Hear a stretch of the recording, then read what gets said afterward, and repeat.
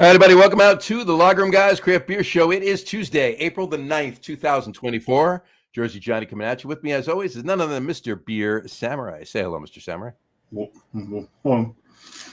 Sorry. Mumble hello, Mr. Samurai. Whoa, I'm eating cookies. Sorry. You're eating cookies? I have another one of those things I ate last week on the show. What did you have on show last week? The cream eggs, the Cadbury. You have another one of those diabetes in a chocolate shell? Well, I figured if I have one a week, it's okay. Mm-hmm. You know, so I can always have that. And in fact, I think I will. It'll tide me over till dinner later. So what are you eating? What are you shoving in your mouth there? They are Chinese almond cookies. Oh, It yeah. is National Chinese Almond Cookie Day. So Happy National Chinese Almond Cookie Day. I love these things. Why is it National Chinese Almond Cookie? Shouldn't it be International Chinese Almond Cookie? You would think otherwise, but it might be one of those things. You know, there's so many dishes that we associate as Chinese here that don't exist in China. Right. So that might be one of those things. Like Yeah, the Chinese almond cookies, to me, bear a striking resemblance to Italian almond cookies, but call me crazy. Yeah, you're crazy. We know. We know this. Yeah. Well, what is it? Fortune cookies. Fortune cookies were invented in the U.S. Mm-hmm. I think on Long Island, as a matter of fact. Probably. Anybody from Long Island watching? Let us know. Anyway, so yeah, happy National Chinese Almond Cookie Day. Happy National Gin and Tonic Day, a day that's near and dear to mine and Dave's heart. Mm-hmm. Mostly John's heart. He's mostly mine. He's more the gin whore than I am. This is true. Although Dave does like gin. I do, but it's not as much, but it's kind of quite down the list for me after bourbon, tequila, vodka, absinthe, bathtub hooch. Well, I mean, bathtub hooch gin, potato, you know. But it is one step above Scotch for me. So there you go. Fair enough. It's also it's also Happy Be Kind to Lawyers Day. So shout out to Dave Campanella, who's not even watching just yet. So. No, he's probably not watching, so he'll miss this entirely. So as usual, it got lost in the mail, Dave. It got lost in the mail. There you go. And there's something that's missing. It's elusive. It's that elusive. It's like, well, you know, you might just be imagining it. I could be imagining it. Just imagining it. Happy National Unicorn Day. Yes. See where we went there? That was really horrible. Happy cotton candy clouds and rainbow farts. God, you had to go there. Anyway, that's where rainbows come from. The unicorns fart them out. There you go. Isn't that a beer from Duclaw? Unicorn farts. Yeah, where's that from? Duclaw. Duclaw. Is it Duclaw? Yeah. Well, it's not Duclaw now. It's River Horse. River Horse. But 601. Anyway, all right. Speaking of beer, I'm thirsty. I am too. I've already poured mine. All right. Well, let's bring our guests on, and I'll pour mine. Please welcome to the show today, Colin and Chris from Oakflower. Colin McDonough and Chris Ayers from Oakflower. Hey guys, in Millington, New Jersey. Woo. There they are, right there. How we doing? Moniker right there. The names are backwards, and I'm not going to switch them. Their feeds, just in case. I don't want to touch any of the feeds. Right now. It's been challenging. We had some technical difficulties with somebody's feed. We'll leave it alone. But he has to work with me all day, every day. He gets it. Oof, this is why Colin drinks heavily. Three kids will do that too. But this is true. It's a combination. This is true. Dave and I well know that. Well. So. Same boat. Exactly. All right. Let's get started. Before we get started, though, what are you drinking? Colin, what are you drinking? Start us. Oh, man. I'm going to get something in a minute. I was going to say, oh, man, what am I not drinking? He still has his binky, though. He's got a binky and a bottle of formula. It's still attached to June. Are you breastfeeding? I'm trying. It's not working now. Not working, right? Oh my God, that's Meet the Parents all over again. Fair enough. Okay, Chris, what are you drinking? Can you milk me? I am drinking a Leap beer from Oakflower Brewing. Leap beer. Leap beer. Yeah. Surprise. Surprise.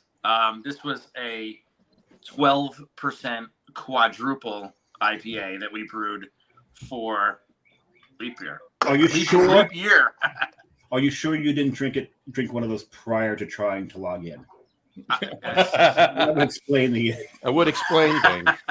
I already poured it too, so Wow, Yeah. that looks thick. It does. it's delicious. Oh man. Well, I mean, I can't have a beer as good as yours, so I decided I'd go with this. What are you doing? There we go. There you go. There you go. We got station, and because it's a German style, I put it in my Weihenstephaner boot. And it's one of the soccer boots. Beautiful. Yeah, What's matches my shirt. What's that about? I'm also in the anniversary glass. Oh, there you It's beautiful! my new favorite glass. I've been using this a lot lately. It's a beautiful shape to it. Very nice. Very nice. John, Yeah. what do you got? I don't. Are you still making up in your mind? No, I know what I'm having, but for some reason I've misplaced my opener. You have a desk. No. There was 3 of them here, and now they're all gone. Somebody cleaned. It might have been the same. Oh yeah. Blame. Yeah, might have been the same person that puts my glassware in the dishwasher, but I won't say who. I'm so happy for you that she doesn't watch the show. Why do you think I said it? Because this is 2 weeks in a row. Why do you think I said it? But 2 weeks in a row. I know. Anyway, all right. You know what? I will continue to look. I will switch beers. He's gonna switch beers. I can do that. It's allowable. It's allowable. Okay, so for my first one, I do have to apologize ahead of time, though. I will say it right now. I do apologize to you 2 gentlemen. I do not have any. I do not have any Oakflower, so I wasn't able to get up to the brewery. So I am, however, drinking a right Goethe. There you go. So it's a German style black lager, but for some reason it's listed as a Tamave Pivo on Untapped. I don't know why. You think it should be listed as a short? Okay, never It mind. should be. So we're going to change that right now because we have the technology. Let's do that. While we wait for John to type. Oh no, I typed already. There we go. There we go. He's got it. Beautiful. Right. Perfect. Perfect. Prost. Yeah. Cheers. I'll get there. He's gonna pour eventually, so we can. I gotta pour it yet. I was gonna pour the other one. That was the thing. You know what's funny is this is the darkest of the 3 beers I'm drinking, but it's also the lightest of the 3 beers I'm drinking. John is having technical difficulties. No, I'm not having technical difficulties. I'm just having. I lost my equipment issues. Equipment issues, exactly. Let me take my. That sounds like a personal problem. Now I can do it. Sláinte, gentlemen. Sláinte. Product placement. Sorry. We've been product placing for There we go for them. Yeah, as if, right? I'm sorry. Yeah.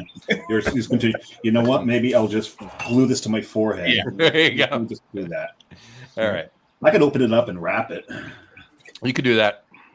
So, all right. Let's start at the first question we ask everybody. Colin, we'll start with you. To the best of your recollection, what was the first craft beer you ever had? To the best of my recollection, I couldn't tell you exactly which one. I'm sure it was some Sam Adams seasonal thing. Fair enough. I couldn't tell you off the top of my head which one it was, but I remember like just craft beer in general. I always like to make fun of Chris's age, but my age, I grew up, and as soon as I could start drinking, craft beer was everywhere. So it wasn't like the story of starting, turning 21 and having to drink whatever crap was around, and then eventually getting into craft beer. It was like I kind of started drinking, and I went to the restaurant, and they had all sorts of craft beer kind of ready to go. It obviously wasn't like it was today, but yeah. A lot of Sam seasonals, and whatever else was just hanging around on restaurant tap lists at the time. What's funny though, you say that, and I got to tell you this. You say that there was obviously a lot more readily accessible craft beer when you turned of drinking age.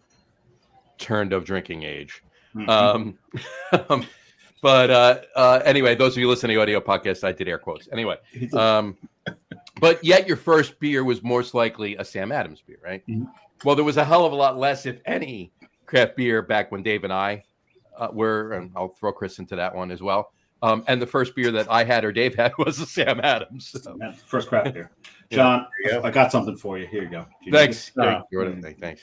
It's here somewhere. I just got to find it. I'll look for it. I'm enjoying the Schwartz beer right now, so that's good. Excellent. Chris, what was yours? As I'm enjoying this Kolsch. I mean, I would have to say, I mean, Sam was one of those beers that you transitioned to. I remember going from like Rolling Rocks from Budweiser to Rolling Rocks, and then going down the row, you know, and then exploring like the Stellas and that kind of stuff, the Heinekens, and then, you know, then came the Sams. One of the ones that comes to my mind is Captain Lawrence. Oh yeah, that's for some reason that sticks in my head. That was like one of the early ones I remember when you started seeing the craft beers on the shelf. You're like, oh, what is that? You know, what is that? And then you started going into some of that stuff. Blue Point, maybe. You know, toasted lager. Toasted lager. Lager. Sure. Yeah, absolutely. That was one. I know I'm probably missing something. I can't think of it off the top of my head because of my age, but he says that if you and I, Dave, are in our 30s, he says that. Yeah. But I do remember the first time I had a heady topper. Like that was like, whoa, what was this? You know? There you go. Yeah. Well, yeah. I mean, I think we all can, you know. I think we all remember our first heady topper. I think we all remember our first heady. Yeah. Yes. Topper. You mean vocal banger? You're right. Right. Yeah. Exactly. Yes. So, and then of course, like, and then of course, I got into like or somewhere around like around the 16 or 17. You know, I got my first taste of Treehouse, and then other half, and then it kind of went. Wait a second. So you were drinking before you were 16? When he was no, 16 or 17. Yeah, the year. When he was 16 or 17, he had Treehouse. I'm like, wait a minute. Yeah. Finally made it to Treehouse when he was 16. My kids were older than that when Treehouse came out. Anyway, all right. We got our first comment of the day. It's from, I don't know who this guy is. It's Matt Patensky. Oh, it's that shark guy. There you go. What's up, Colin and Chris? Hi, Matt. Hey, bud. Yeah. I did mention to him earlier that you guys were coming on tonight, and his response was sweet. So I knew we would be chiming in at some point. Please, comment away. Do you remember the first brewery, either of you, both of you, that you first, whatever, just the first brewery experience that you actually ever had going through? Oh man, I got to think about that. Probably River Horse for me. Okay. I want to say. I remember going and, doing a little tour and the sampling thing they had set up there. In the old location in Lambertville. Yeah. The old mill. Mm-hmm. Yeah. God, I can't. There used to be a brewery in Suffern right over the New Jersey border, but it's long gone. I remember going there a few times. Mountain Valley Brew Pub? Is that what it was called? Mountain Valley. It was in Suffern. It was right over the border. Yeah. On 59. Yeah, it was a Mountain Valley Brew Pub. Yeah, that was my first experience for sure. There you go. Yeah. And then after that, I lived in Bergen County for a while, and I remember going to Brick City. That could possibly be like the second one. Could possibly be your second one. There you go. Yeah, could possibly be. There you go. Yeah, I heard you lived in a good town in Bergen County. Fairlawn.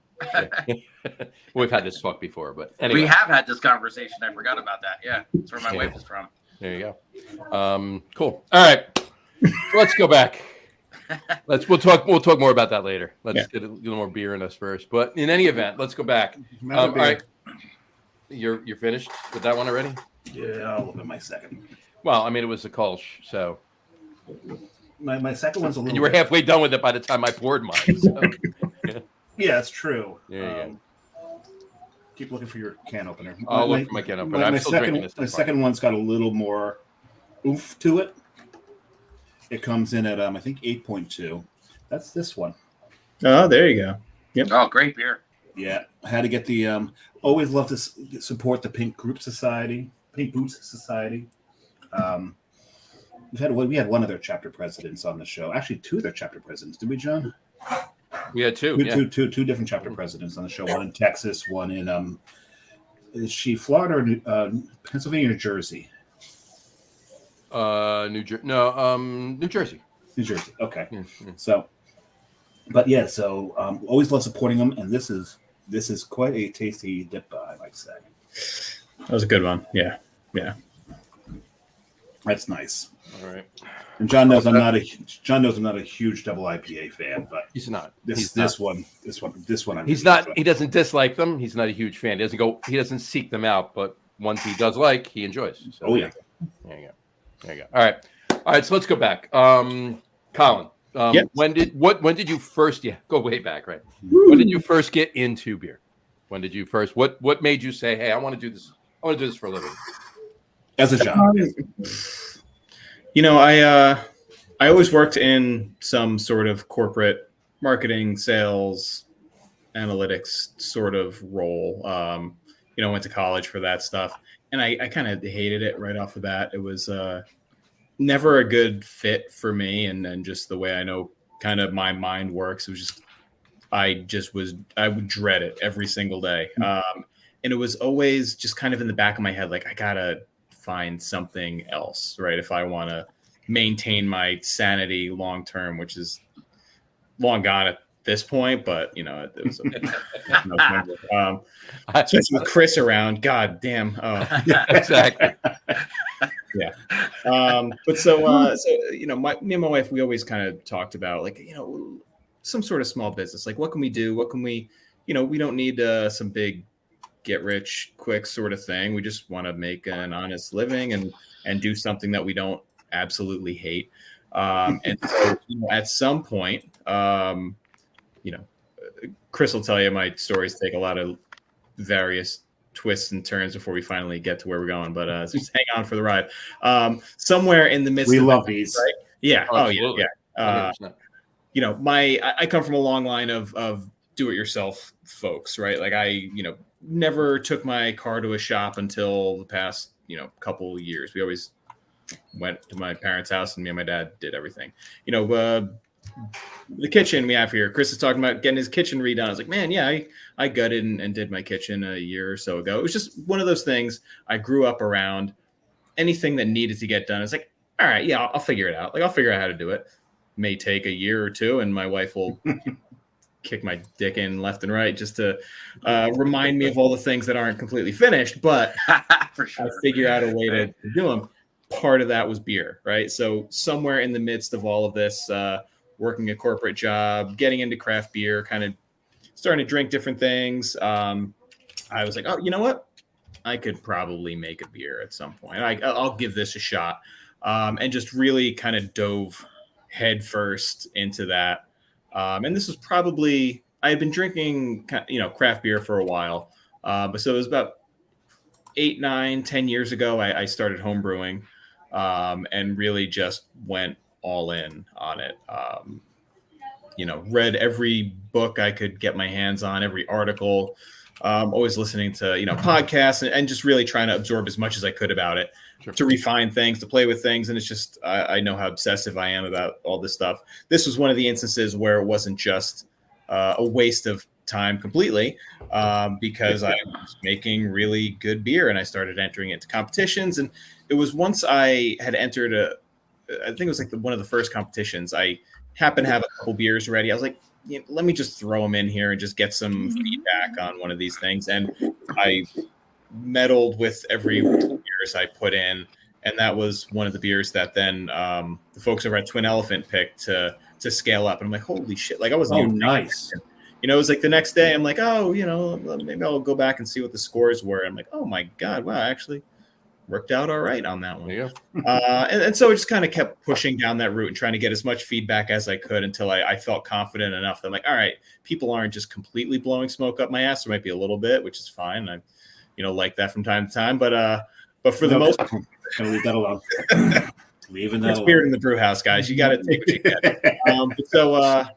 But so yeah, everything was positive. I felt good about all of that, and just again started pushing further and further through, writing up a business plan, trying to figure out a way to make it work, because it's just not an easy thing to do on a shoestring budget for, you know, two working parents, me and my wife. I keep nodding this way. She's in the kitchen over there. But so, yeah. This way? No. Hi, Lee. There you go. Yeah, she said hi. She heard Hey. Chris's voice. She likes Chris. It's fine. When he's around. When he's But around. so, She doesn't like him when he's not around. well, when he's not around, yeah, that's okay. He knows. Gets blamed for everything. Yeah, it's probably his fault anyway. Yeah. So anyway, yeah, all of that, roll it up, and then a couple years back, me and my wife were going to this. I don't even know how the hell we found it. This CSA in Bedminster, right? If anybody's not familiar, CSA, community supported Sponsored agriculture, right? Agriculture. Yes, right. So you kind of almost like buy a share in the farm, and then you go by every week and you pick up what's fresh, right? So it's this like little. When I say rustic, I really mean rustic farm in the middle of Bedminster. So it's like an odd juxtaposition of these giant estates and then this little rinky-dink hippie farm. So we would go there every week and we would get our produce and everything, and just kind of we really enjoyed the vibe and the young guy who was running the whole thing. And they happened to have a spare building on that farm, and so this was like I was like, this is it. At the time, I was really just focused on mixed culture, saison type beers. Like I could get in here pretty cheap and cobble something together that then could really like wouldn't be as big of an ordeal as what we eventually did do. So we kind of floated that up. The farmer was all on board with it. For probably 18 months, we were in the planning stages with him and the guy who owned the land above him, back and forth to try to make it work. And inevitably the landowner pulled out last minute. And we had kind of devoted so much time and mental energy to like, this is it. This is, you know, how we're going to kind of break into this thing. They were like, all right, well, shit, like, let's just find somewhere else. And at that time, totally, serendipitous that the place we're in right now, in downtown Millington, which is a half a mile from my house, happened to just open up. And the landlord heard I was looking for a spot, and he kind of sent me a message on Facebook of all places. He's also not a Facebook. I don't know how that came to be, but he said, hey, I got a space opening up right across from the Millington train station. If you're looking for it, zoning's already pushed through for a restaurant. You could kind of make it happen pretty easily is a, oversimplification. It's a but in a matter of speaking. Yeah. But it was perfect. And so that was it. We just kind of like took the plunge. It was bigger than we were looking to start with. So we were really trying to like keep it super bare bones. But inevitably, absolutely the right choice. I love the place. Mm-hmm. And it's not just because I don't like to drive more than a mile from my house. It's it helps. Though. It helps. Oh, it helps. Yeah. Oh yeah, sure. I make Chris do the driving, which is good. So there's the short version. There you go. That's awesome. And on that note, on something you said there, obviously the mixed cultures and all of that. And Matt says, love the Dewdrop Grisette. There you go. Yeah, it's fantastic. I love it. I haven't had that one. No. Yeah, it's good. I mean, that comment opens up a whole door for like what he's doing now. Yeah. And what he says for small space, like we filled the space and expanded the space, and he's doing that whole grisette. I mean, he could tell you, I'll let him tell you, like how big that's already grown in a short amount of time. Sure. Oh yeah. I mean, so the whole kind of framework of our beers and the direction the beer's going, we always aimed for lower ABV stuff. Of course, got folks drinking except with the exception of what the two of them are drinking. For me. Except when we want to sell beer, then we make it. Right, exactly. So it's that thing of haze pace. Yeah, Hayes pays. But That's so, a great line right there. Hayes pays. But so in terms of core beers, right? I would say we have 3-ish, really like core beers that we have on most of the time. And one of those is Station, the Kolsch, which is probably the beer that I've brewed the most out of any. You got it dialed in. I got to say that. I love it. It's nice, fantastic beer. Nice, crisp and clean. It's the issues I've always had with Kolsch's in the U.S. is in the U.S. we like to hop the hell out of them, and that's not a Kolsch. Yeah. And so I really appreciate your Kolsch. You stayed true to style on this. I love it. Thank you. So that one, Dewdrop, our Grisette, and then the I'm calling it one beer, but the Ring series of hazy pale ales, right? So we're up to what I think we brewed Ring 14 today, Chris. We generally doing one every 2 or 3 weeks. Is that a reference to the horror movie or no? It is Bring Them All, or it is a reference to Tree Rings in that it was gotcha, right. It was supposed to be this kind of iterative thing. Because I don't like making up beer names, and I really didn't want to do that all the time. So like, cool, we'll have numbers, and we don't have to really rewrite that portion of things. But the beer kind of fluctuates a little bit, but it always remains in this 5.5% hazy pale ale, trying to kind of pack more of a IPA body and flavor into a pale ale to, again, steer things towards this lower ABV thing. Right. But backing up, the second beer, right, was Dewdrop, the Grisette, which is just a style I had fallen in love with at some point, and kind of the, mystical Belgian miner story of, these miners who come out of the mine, and there's these ladies in gray smocks who are serving them these low alcohol saison type beers, and I just kind of always like latch on to these fun little stories that are probably 99% bullshit. But they're still great stories. I love a good story, whether it's true or not. A good story is a good story. Never let the facts get in the way of a good story. Oh, never, right?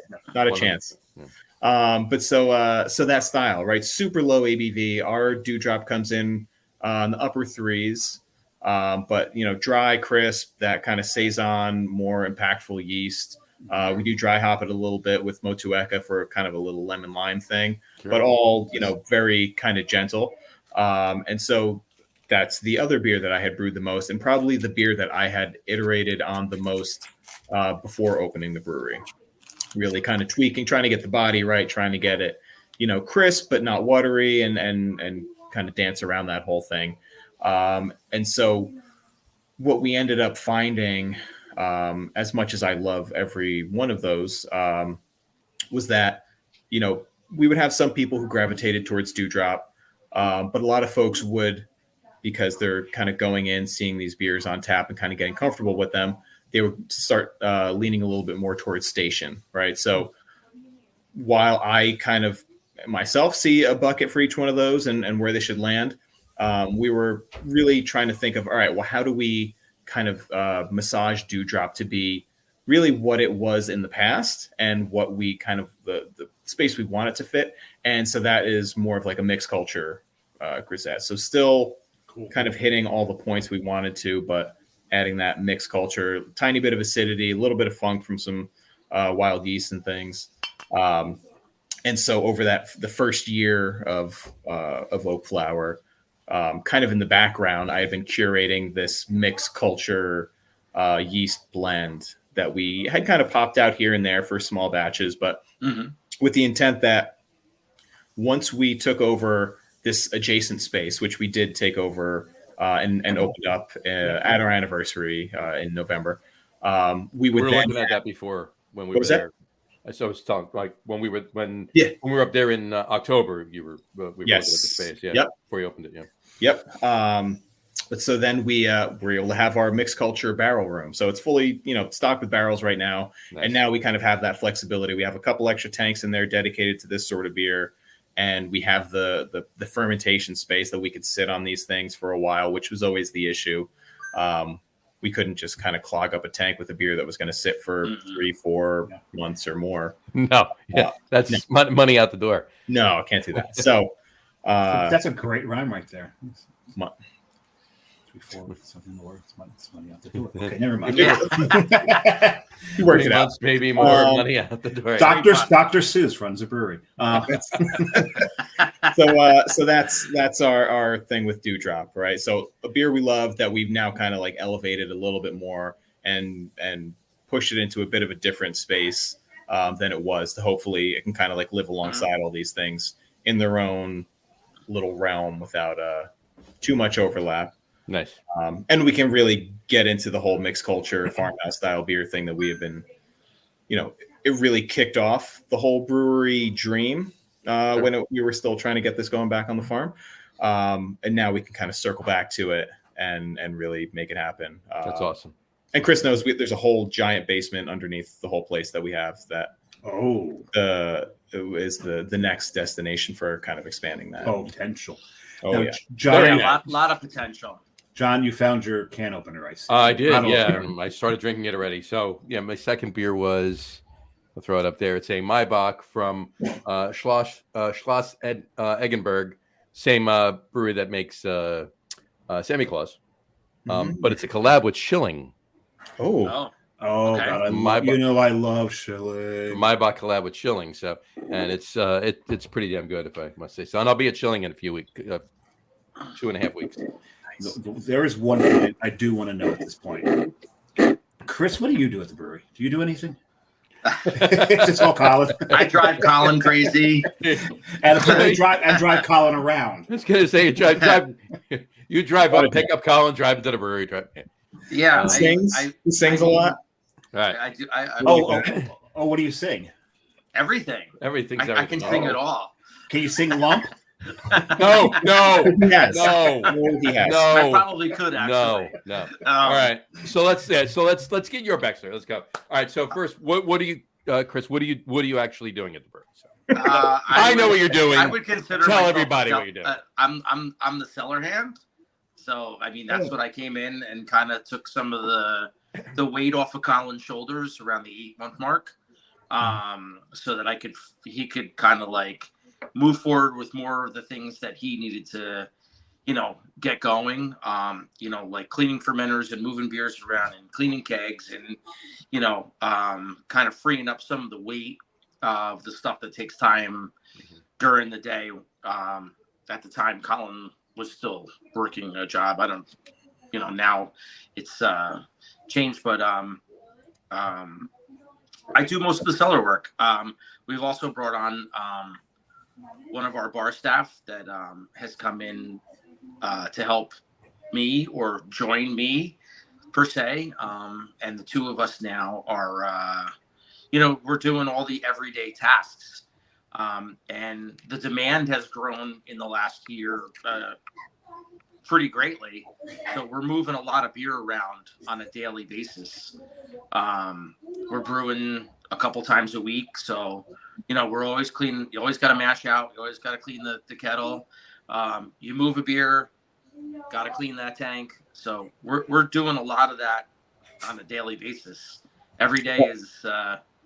And the biggest thing for Chris is untangling my mental web of what the hell is actually going on. I mean, I've got a pretty good gist on that at this point. I think after a year, I'm coming up on my 1 year in May. There you go. But I think I kind of am starting to follow along with him. How he's like, I'm kind of inside his head a little bit. So depending upon how much grain we have one day, or just like a lump. Yeah, Stop. like a lump. She's Cut in it my out. head. Yeah. Stop it. So let's go back. Dial back. I will earwig all of you before. No, you're not going to do that. It's not going to happen. It's already here. It's not leaving now. Nothing is as big an earwig as I'm listening to a radio and I hear dum dum dum dum dum dum dum. The Cards for Kids theme. Oh yeah, there's. Oh my God, that's the biggest earwig out there. That and Baby Shark, but I'm not going to go there. And then there's also do do do do. No, that's. I don't mind. I thought you were going to go to the Muppets one. I don't want. No. Luca. Oh my. Oh, that's. Anyway, sorry. So, where were we, Chris? Let's go back. When did you first start? Brewing. cellaring? When did you first get into, what made you say, hey, this is for me. I want to do this. I guess it started for me in the pandemic. I've been in the automotive industry for 30 plus years, and my wife, obviously we have 2 kids, and my wife kind of was looking to kind of after our kids started getting a little older, she wanted to start taking her career a little more seriously. And during the pandemic, as everybody, I kind of took a step back. There was no work.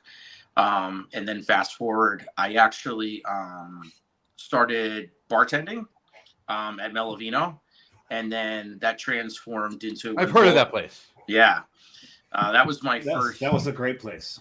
A friend of mine was working there. Somebody we know, and commented earlier. Well, I met him there actually, but yeah. But a couple months later, Bull and Bear opened in Summit, and I actually was looking for another night of bartending to fill my time.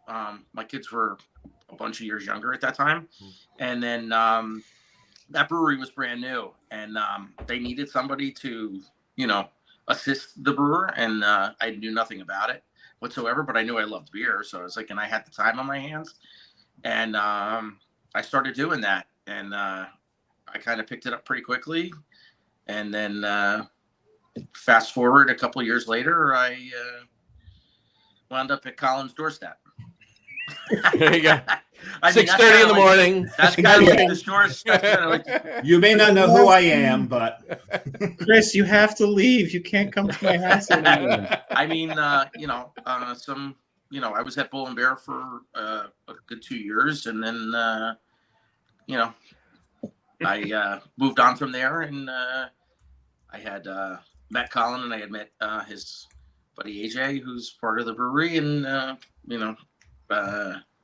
I felt like this was kind of where I wanted to be, and yeah, it was perfect. Please, no, It was kismet. It was kismet. It was perfect timing all around, because up until that point, right, I was doing everything myself, all the brewing, all the cellaring, everything you could think of there, right, on top of my day job. So it was hectic and scattered, and you found an hour or two here and there during the week to sleep. Maybe. Let's not get ridiculous. That was the biggest thing I realized when I first started there. Like he was like literally working in the brewery till like 1 or 2 o'clock in the morning. Of course. And his wife told me that. Like, so like that's why when I say that's why she likes you, Chris. No, I was able to take some of the weight off of his shoulders. I didn't mean to interrupt you, Colin. No, please, come on, not the first time. But yeah, no, it was perfect. He was looking to move on from there, and we, I was like sucking it up at that point. Like, all right, I need to just get somebody else in here to help. As much as I would like to, in theory, hang on to the reins forever, right? I that was around the time when I was getting to grips with like, all right, it's okay to let people help. And right. Chris had the experience. He had been coming to the brewery for a while. We got to know each other, and it was kind of like a awkward, he came, and I was like, what are you doing these days? You got any free time? He's like, yeah, I guess I kind of could. Maybe I could do something else. And nobody wanted to really ask the neither one of you wanted to say get there. It's like, I was like, all right, so tomorrow 8 a.m. Cool, good. And that was it. Your impression of him is a little high pitched, but I'm working. Not much. Pretty good. It's pretty close. Good. Yeah, it's close. Yeah. It's a good work day. It works. Yeah, exactly. So I do feel bad. Just a quick side note: I do feel bad that I don't have any Oakflower beer to have, because I've had plenty of Oakflower beer and it's fantastic. I'm not blowing any smoke. It's fantastic, right? But I gotta say, this is really good. This is my box. I'm like, see, I only bought 1 bottle of it. It's like really, really good. I mean, it's Schilling. It's an Austrian brewery that makes Sammy Claus and Schilling. It's not too much room for screwing up in that quotient. So. To quote a friend of ours, all 4 of ours, there's no suck in it, is there? Yeah. Is that friend still on? Where did he go? I don't know. I think maybe he's eating anyway. But yeah, there's zero suck in that beer. That's what he said. That's his favorite line. I want to, Colin. Yeah. What was the first beer you brewed? Ever? Yeah. Ever. Some sort of generic stout. It wasn't really like a dry. It wasn't really a Guinness. I don't know. I couldn't tell you exactly. Just out of some recipe book thing, like a 6-7% stout. And Nice. It was good. Yes. It was good. Very good. I'm not. You always hear oh man, the first couple beers all sucked. I'm like, I don't know, man. That first one, I held on to bottles for it for a long time. I was like, I couldn't make it again, but I was like, that's pretty good. I'm all right. I kind of fell down the same path, right? Like everybody would tell me, oh, the first beer I brewed, sucked. It was bad. I just, it would have been easier for me to say, I can't do this, screw it, and just leave it alone. But I persevered and brewed a good one. But the first beer I brewed was, it wasn't the best thing since sliced bread, but it was pretty damn good. Yeah. It was like, hey, and like I followed the Mr. Beer recipe, right? So there were extracts in there, but it was an oatmeal brown, and it's kind of hard to fuck that beer up, My first was a chocolate stout. Yeah, and that came out. The stouts are forgiving. Yeah, quite forgiving. Yeah, I did not attempt an IPA or something difficult at first. It was So Chris, I didn't homebrew. Like I said, I started as a cellar hand, and I've always been okay with it. I like the mechanics behind it. Mm-hmm. I haven't really gravitated towards like saying, "Hey, I want to be the head brewer. I'm calling the shots." Like that, just I don't know, wasn't like anything that I maybe I'm cutting myself a little short. I feel like I've learned a lot. And I feel like I can hold the reins. I'm definitely. I don't know. I'm still. I'm okay. Like making sure things you're are very moving and things are working. You're okay being the producer behind the scenes. You don't need to be out in the front of the stage. No, definitely not. I got you. Definitely not. Yeah, until people come in the tap room and then and they start singing. Come on back. Come here. I'll show you around here. Do I do that? I don't know. Do I? No. Well, you do it. Well, me and Matt, but that was me and Matt. That's yeah. not Joe Schmo in the tap room. I'm not Joe Schmo. I'm just saying, me. You know Matt. Yes, I know Matt very well. I know Joe Schmo. I know Joe Schmo too. Graduated. He's a nice guy. A few of those. He's a nice guy. I know a few of those. I do love the mechanics behind it. As being a mechanic as a kid, so I like clamps and pumps and pressures and how everything kind of works. Mm-hmm. I don't know if I have the confidence to be like, okay, I can brew, but I think if Colin was over my shoulder and was like, "You want to do this?" I would be like, "Yeah, I'll do this." Yeah. I still need that push. Like Chris is definitely selling himself short. I mean, thank God for him because you can see he's very humble. He's being very humble. He is, and you can see the 30 years of working on cars in various capacities when he's in there, and there's people who have come into the back and wanted to help out or do this or that, and couldn't tell you which way a hose goes both ways, and how to put a clamp on and all this stuff.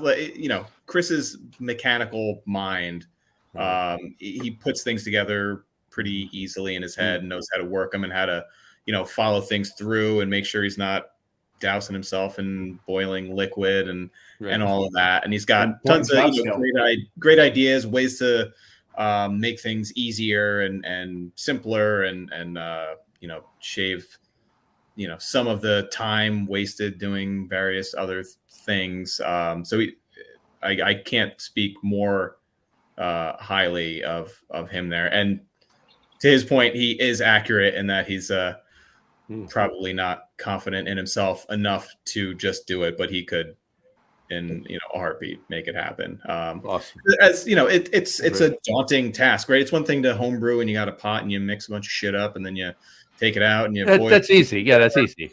Right Except when for you having to scrape the stove afterwards. Oh, yeah, just Yeah. throw it all out. It's better at that point. Yeah. Quick aside, really quick. Anybody that just tuned in to the video feed is probably sitting there wondering why Where your did that arm come from? arm and hand is so small. Cal. It's like Deadpool. Yeah. I was born like this, guys. Just be respectful. But the thing is, it feels huge. It's that New York lottery commercial with the little Oh, man. there. That's why I started to laugh. Actually, There you This little hand crawling. She's like 95% asleep, and every now and then she's waking up just to Reaches pop up a hand up and grab something. I But gotta love it. but yeah, I mean, it's a daunting task to jump into a brew house and figure out how to make all that work. But Chris knows how it all works. If I told him to take over tomorrow and brew whatever we're brewing, he could do it, and it'd be fine. Well, there you go. Appreciate that. All right. By the way, Chris, Yes. Colin asked me to tell you. Never mind. You're taking over tomorrow and brewing everything. No. Vernon stays on tomorrow too, I think. Taking the week off. See, he's going on vacation for 2 weeks. It's a lot. Anyway, It's a lot. so cool. That's awesome. So what's on the horizon beer wise? What's coming out soon? Maybe later this year. You got some ideas coming down the stuff you brewed already. Stuff that's on a production schedule. I have one thing right on top of my head, but go ahead. What is it? Barley wine. Yeah. Oh boy. That's everybody's. Yeah, right even the for that. dog got Dog excited. is- Are you barrel aging some of it? most of it. Are you barrel aging all of it? Oh boy. All So- right, Sorry, I don't know if I was supposed to say that or not. Oh, it's fine. Yeah. Oh, yeah. It's super exciting. The business, right? Oakflower, primarily me and my wife. We also have two partners, AJ and his wife Danny, our best friends. AJ's been a small business owner forever, so is his wife. So they, in the beginning, I was like, oh, these guys will be great for helping navigate that, because like I've worked in bigger corporate situations, I couldn't tell you how to navigate like a small business sort of thing. But AJ and I are also met through the degeneracy of bourbon trading, and all of that, craziness that entails. So we made a lot of connections over the years in that world. One of them being our good friend Bavik, who runs Wine and Whiskey Country in Hackettstown, and also has his private label Staves and Grain bourbon and rye barrel picks.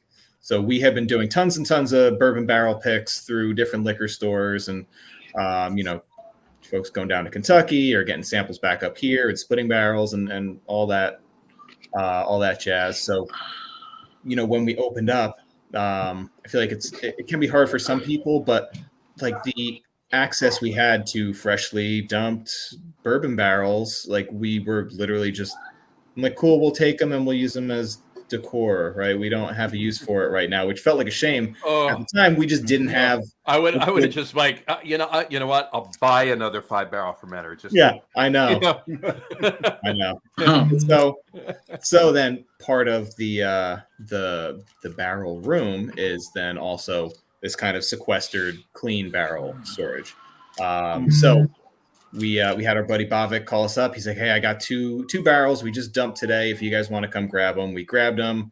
Or we were a couple days off, whatever it was. We had brewed a big 13% barley wine.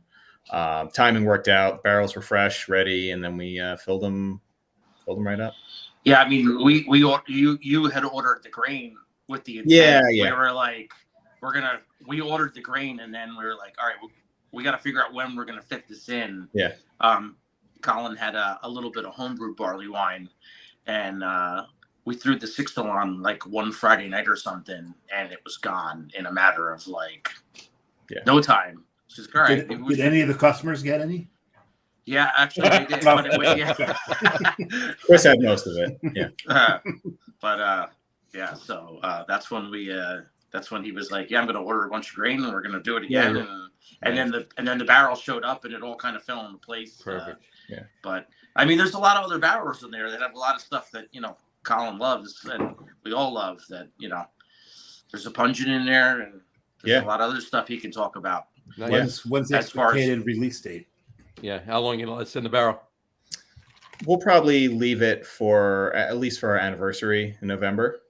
Okay. But we do have some that we kept in stainless that we'll release before then, and then we also had two casks, like two legit casks of barley wine that we'll tap and gravity pour. Like a pin or a full firkin? Pin. Yeah. I'm not strong enough to lift the firkin onto the counter. But yeah, so those will probably be we'll be tapping within the next couple weeks. Nice. Yeah. All right. Chris, text me. Let me know. I will for sure. Yeah. Oh yeah, For sure. I can let you and Matt know for sure. Oh, definitely. We'll be up there. I mean, there's a lot of good stuff back there. I mean, and there's wine barrels, and we're slowly filling them. Yeah. Yeah. So stuff is going to start coming out. You wouldn't be putting your grisette in a wine barrel, would you? Yep, that was one of the. That's natural. Yeah. That was one of the big ones. We got a 600-liter punch-in, right? So that was the first one. Yeah, that holds a little less than we have all 7-barrel tanks, so it's a little less than that. But yeah, that was one of the first things we then brewed up on that side. Was we got that right into there, and that's then the kind of long-term plan is to have that beer, that grisette, continually cycling through this single 600-liter punch-in. Batch size works out good, and we get that kind of continuous mixed culture thing with it. That's awesome. That's great. Mm-hmm. Using that punch-in just always for just cycling. Yeah, awesome. we're just going to keep turning it over. Nice. Yeah, I love that. I've learned a lot about this too, which is great because it's we're doing this together, and that's great. See how it's all rolling. It's fun seeing Chris get excited about these things and seeing his gears turning. Because again, not that he's confident enough to jump behind the wheel entirely. He's got tons of great ideas for things. He drinks, more beer than most people I know, so he's got the experience. I drink all beer. All beer, he does. He'll drink anything, as bad as I think it might be at times. So John, I moved on to a third beer, and I couldn't let Chris drink the highest ABV beer on the show. Yeah, I have to get another one actually. This one, go Go grab it. Go grab it. Yeah, I can go now. Oh yeah, absolutely. We never stand between people and their beer. No, absolutely, ever. Yeah. All right, Colin, this is the time to talk about Chris. Oh my God, this guy is the worst. Yeah, there's a reason he has no confidence. Is that what you're telling us? Yeah, well, it's because we beat it out of him. No, honestly, there are few people I get along with well enough to want to actually see them every day. My wife is one of them, and then Chris is probably the other one who just doesn't annoy me to the point of wanting to jump on the railroad tracks. Hey, Chris. Oh, he doesn't have his headphones in yet, so he can't hear us. Hey, Chris. Hey, Chris. Colin was saying some. We weren't talking about you at all. No, not at all. I'll have to rewind, right? Hey. So the third beer is this. Yeah, I can't believe you decided to have that tonight. Well, 903. Yeah, I love 903. Oh, my God, they make some great. I had a 903 a few weeks ago on the show. I had that caramel donut ale, and so you're having chocolatini. There you go. So I was making fun of John earlier at the top of the show for having a diabetes and a chocolate shell. This is diabetes here. But I figured I needed this. This comes in at 13%, so I'll hopefully I'll sleep well. That'll get But with all the almond cookies that I have on my desk right now, I need something to go with the almond cookies, and I think this is dippable. You may have to dip the almond cookies in this thing and see what happens. Good. I love almond. Oh my God! Go right here. All right, now that Chris is back, I'm gonna go get my beer, and then he can. Yeah. Are you handing off? He's here now. No, she's coming with me. She's coming with you. Coming with.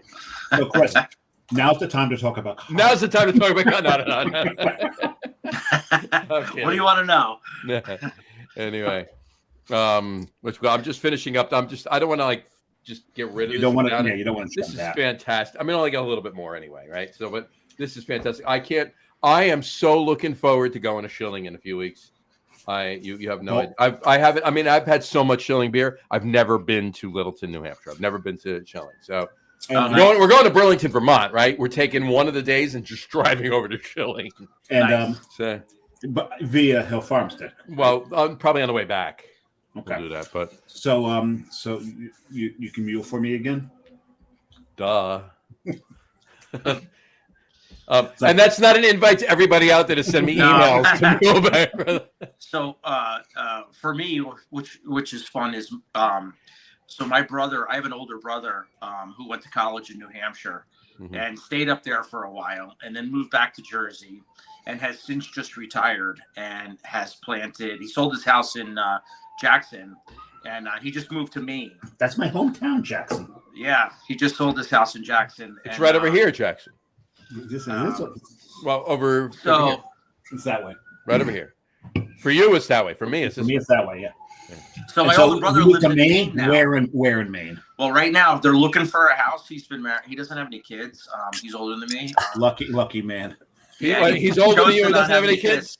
No, he's older than me. Didn't have any kids. I'm kidding. I love my children. So. I love mine too, but they're renting in Kennebunkport for now. Okay. And then, but they're looking like within a half hour, 45 to an hour north of Portland on the coast. Yep. So that's up by that's up by Owl's Head. Owl's Head, yeah, close to Owl's Head. Yeah, it's Bay something. Bay.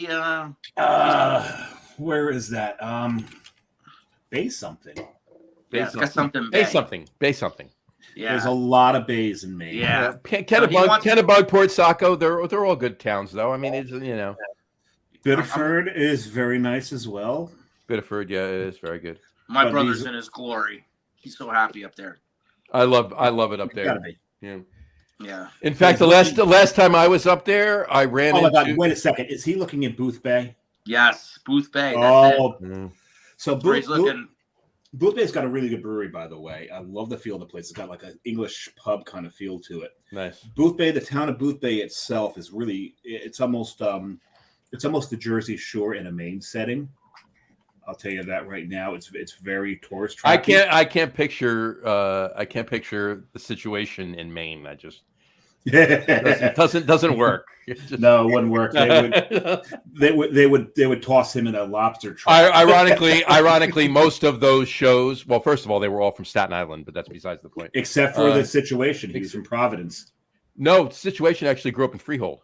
Which was the one from Providence? I don't know, but the club they always went to from Seaside was like 5 blocks away from me over here. They went to DJs over here. Yeah. Anyway, so he's looking for a place in Booth Bay. Yeah, somewhere in that area. Yeah, so it's beautiful there, and if you visit him, I'm hoping soon in the next month and a half. I'm hoping if you visit. You got to get up there. You got up there. There is a what is it? It's an arboretum something garden thing. It's beautiful. Definitely walk around that. But Booth Bay Brewing's nice. I mean, I have beer in the brain. Oh yeah, personally. The last time I was in, I spent a lot of time in Portland. The last time I was in Portland, I finished the trip up with all the breweries I went to. I finished the trip up before I left at Allagash, and I ran into this guy there. Who's that guy? Unbeknownst. Unbeknownst. Didn't know he's going. Of course, I was drinking one the night before up there, but that's besides the point. So. Yeah, we started our day at 11 in the morning. That was 11 in the morning at Allagash. It's Kerry's birthday. Yes, it was.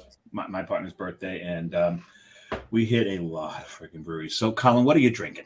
Yes. What's the beer did you get? Speaking of Maine, we have a Nightfall dark lager from Oxbow. Nice. Oh, very nice. And if you go to Portland and you go to it's Oxbow, actually like there's a little bit of jealousy sitting right here from like a lot of jealousy. If you go to Portland, Maine, I want that beer and I want duck fat fries next door. Yes, that's what I'm trying to say here, John. If you go there and you don't get the duck fat, thunder stolen. But if you don't get the duck fat fries outside, bring those in. And when they ask you, do you want an egg on that? Yes. I don't know how that's a question. Your answer is yes. How does it's always yes? Except for the last time I went, they actually ran out of eggs because I ate them all. Because he ate them all like an hour and a half before. So anyway, What was the beer you got there, Chris? I forgot to ask you. I grabbed another Oakflower beer. I grabbed Rootstock Citra. Oh, there it is. Citra and Vista. This is delicious. Yes, Vista is great. And, there you go. And that was one of Chris's suggestions, Mr.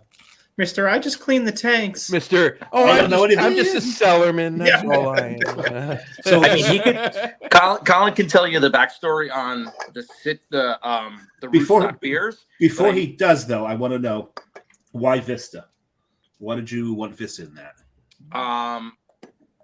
That was my suggestion. I mean, I know I brought that hop up at one point, and that's gonna go back to the brewery I worked before. There was a suggestion of that hop from somebody at BSG, and then it just stuck in my head because it was never used while my time was there. So it just was popping into our head when we were talking about hops one day.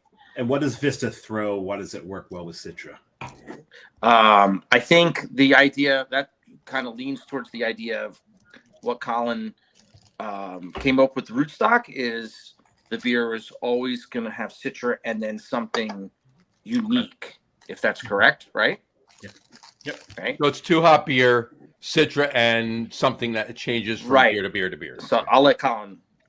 Yeah. No, that's exactly it. It was just supposed to be a beer that was otherwise a heavy Citra forward, hazy IPA. It did at some point gravitate to have a good portion of rye in it, which I don't think, I don't think contributes a ton in terms of flavor, but mouthfeel wise, I mean, rye is such a great thickening agent. Yeah, this is the second word I was thinking. I love rye in everything. Oh yeah, so. Yeah. But so including gin. Hey now. But so then yes. Otherwise, except for gin. Yeah. Oh, okay. There you go. So otherwise, yeah, Citra heavy, rye, hazy IPA, and then we always try to grab one hop that is at least new to us, or new to other people as well. So it's neat with that beer. The one before it was Nectaron. Any sort of experiments. I've done this beer a bunch of times. It's always some sort of HBC 589 or 1032. Any unnamed, something without a real name yet. Yeah. Yeah, exactly. We'll sprinkle that one in there, and we'll see how that changes from this kind of expectation of a Citra. My goal is to name one of the HBC hops. Mm-hmm. That's my goal. I want to get with Willamette Valley or BSG or somebody. I want to just or White Labs. White Labs. Let me name this hop. Just I'll sit with you. Whatever. Here, I'll buy you dinner for 3 days in a row. Just let me name this hop. So Nectaron and Citra. I can see those going. Okay. Oh, the Nectaron beer was awesome. That one was great. Yeah, that was a really Colin, good one. you're gonna name a hop June, right? We got to do it. You got to do it. Or the one I like best. She can't talk yet, so yeah. Wait. Hi, June. Hi, June. Hi, June. There she is. There she is. She's more than 99. She's more than 1% awake now. Exactly. Enjoy it. Both of my daughters are one's in her 30s, one's pushing 30, 27, and they're both getting married next year. So enjoy June. You can Time you can see the money bleeding out of John.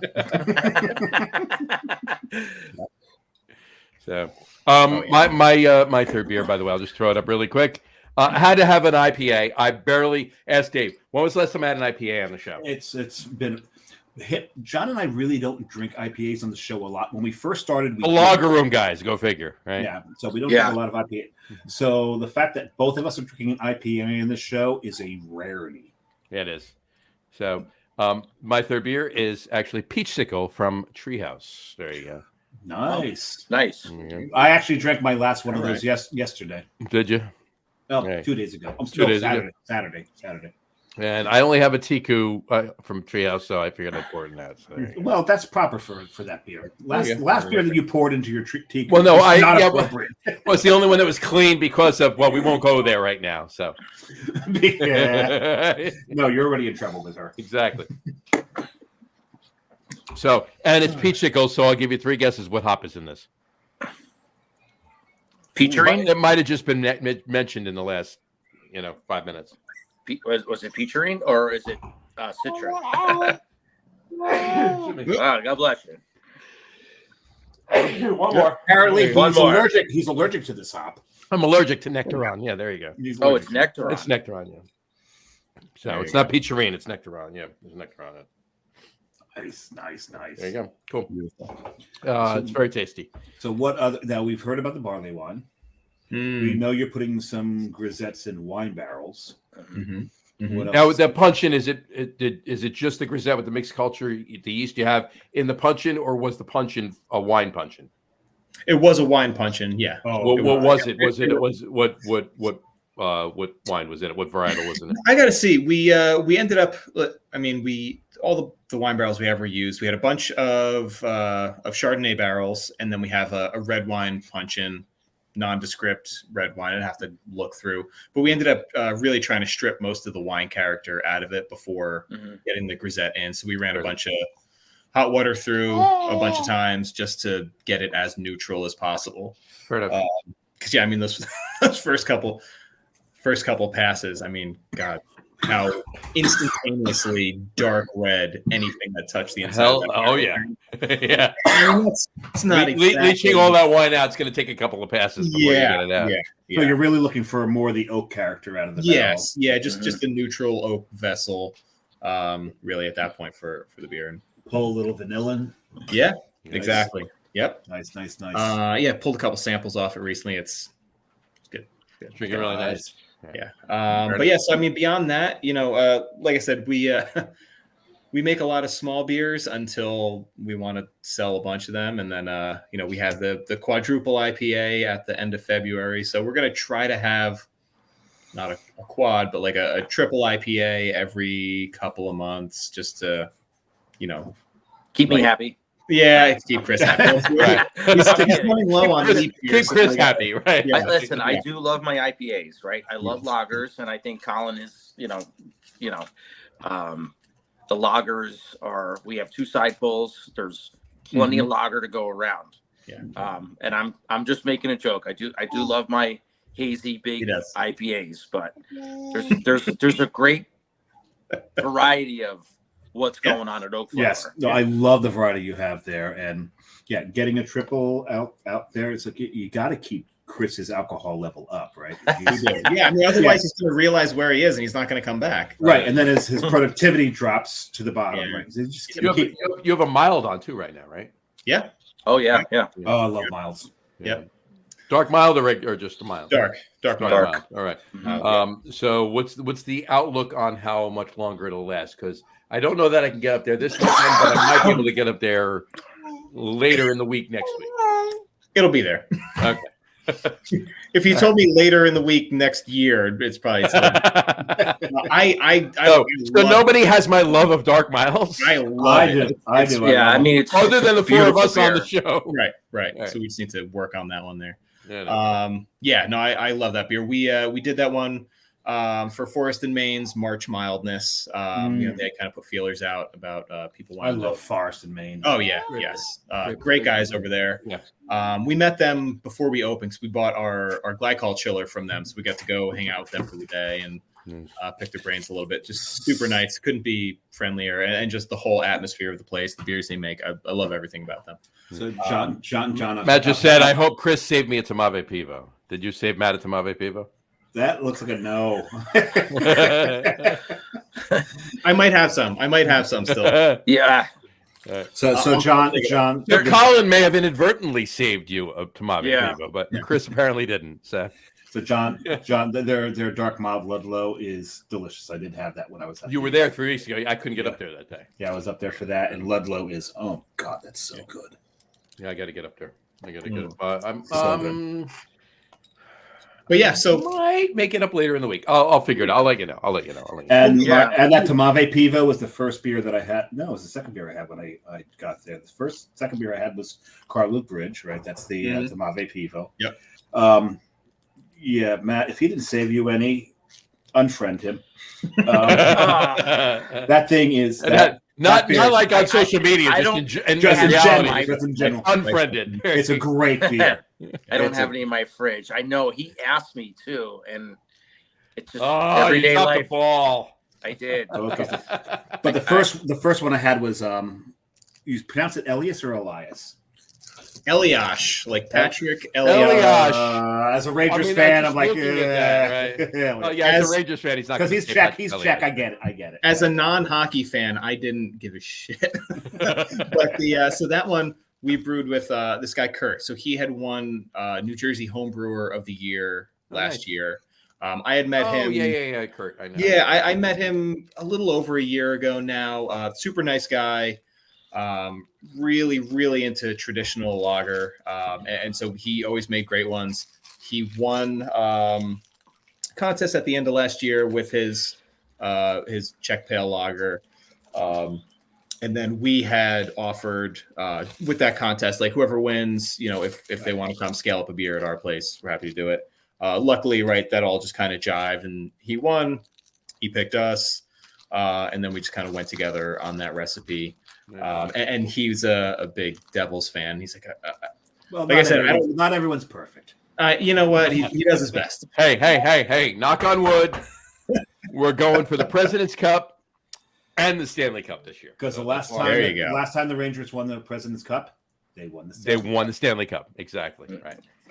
And there's only been one team that has won the President's Cup and the Stanley Cup since '94. Blackhawks. The Blackhawks, right? Yeah, I know that. By the way, Matt just said he cut me deep. Oh God, Colin, help me on this one. I know. I was I'm gonna look in supposed the to fridge. I think I have a couple. I got a couple. Yeah. If you have a couple, put Matt's name on one and mine on the other. Yeah. That was on the side. I'll share mine with Dave. Yeah, it was on the side. No, I had the. Yeah. Oh, you did have one. Screw it. I'm having a whole. You have that. Just don't. But you know what's going to happen? June's going to drink both of them. That's right. And it's sorry, Matt. I don't know what to tell you. There you go. But yes, anyway, this guy. So Kurt, I told you I hate making up names for beers. He said he had a name for it. I was happy with it, and so we'll call it Eliash. I'm like, that's perfect. I always try to pick names that people. Like, it's one of the weird little things that I always want to pick a name that people can easily pronounce because so many things nobody Eliash is Elias, Eliash. It was Elias unless they were hoping it was Eliash, and those are there you go. So even any of the Devils like Escher, right? I mean, his chur, right? Yeah. I'll continue to pronounce it Elias. Okay, that's fine. Elias, right? We'll allow it. Oh, yeah. But that beer is excellent. But I bet you can. I bet you can pronounce every Ranger's last name correctly, right? I bet you can do that. Yeah. I mean, I can too. I'm a Rangers fan. I can't because I'm a Devils fan, but I didn't want to go there. But no, it's okay. We tease. The year that they won the cup. If the Devils had won that series versus them, I would have rooted for the Devils. It was just whoever won that series deserved the damn cup. Well, no, I wasn't going to root. I wasn't going to root for the Canucks over the Devils. Exactly. The Canucks did not deserve it that year. The winner of the Rangers Devils that year deserved the cup. It was just one of the greatest series ever played in Stanley Cup history. I think. Look, if the Rangers don't make, I don't want to turn this as a sports podcast. You wanted the sports podcast? Tune in tomorrow night at 7:30, and they won't say a damn thing about hockey. No. We're talking about hockey tomorrow night. You better.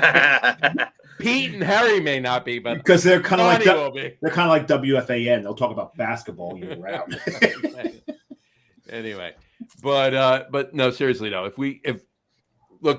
Knock on wood, they're probably going to win the President's Cup. Probably. Right? Odds are they may not, but it's most likely they're going to win the President's Cup. They got to at least get to the cup. You have to get to the finals. You got to get to the finals, or it's not a successful season. It's not successful. They were too damn good this year to not make it to the finals. And with Mr. Coach that takes every team apparently to the finals the first year against the finals. So anyway, back to beer, John. Back to beer. Yeah, I think it's time for our top three list. What do you think? Why not? Why not? Our top three list tonight, as we say occasionally now. Top three Czech Rangers. No. Top three.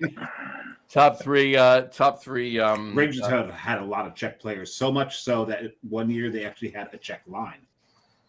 Czech line. Yeah, Whole exactly. line Czech. They really did. All right. Tonight's top three list is top three New York City breweries.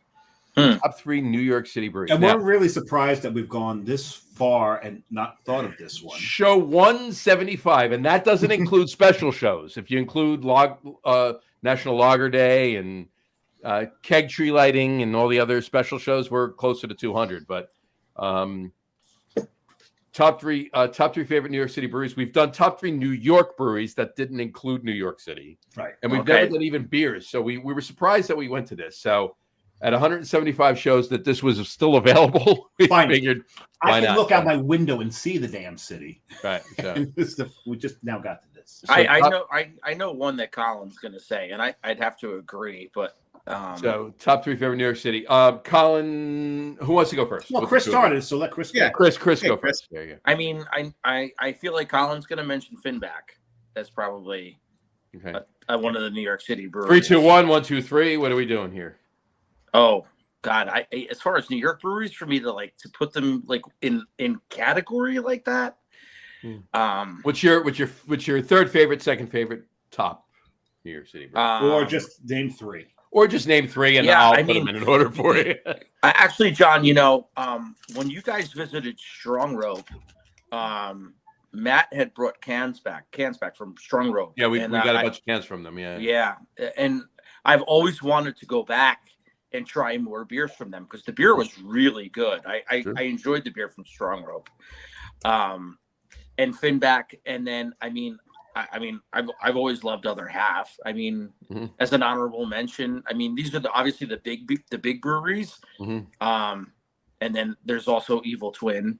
I know there's not much in Manhattan itself there's one. Or is what Torch and Crown, right? Is the only thing that's in. He just got my honorable mention. There you go. Yeah. All right, so your honorable mention's Other Half, and then you got Strong Rope, Finback, and Torch and Crown. That's that's what comes to the top of my head right now. All right. Yeah. I'm sure enough. I'm sure I'm missing that's something. Not bad. How did I forget that? That's not a bad list. So, all right, Colin, what are your top three? And it doesn't matter if he mentioned one because we're all going to mention one. I forgot what he said anyway. It's okay. I don't pay attention to Chris. Yeah. I'm going to say Grimm. Oh, yeah. I've always had a soft spot for Grimm. Who doesn't? And some of their some beers. people have a wet spot for Grimm. Yeah. You know what? Totally forgot about that. Yeah. Like I said. Yeah. Grimm. I always dug Grimm. Finback for sure. And then Other Half. So Other Half is like one of the me and my wife. Like I will say, I don't buy a ton of Other Half these days.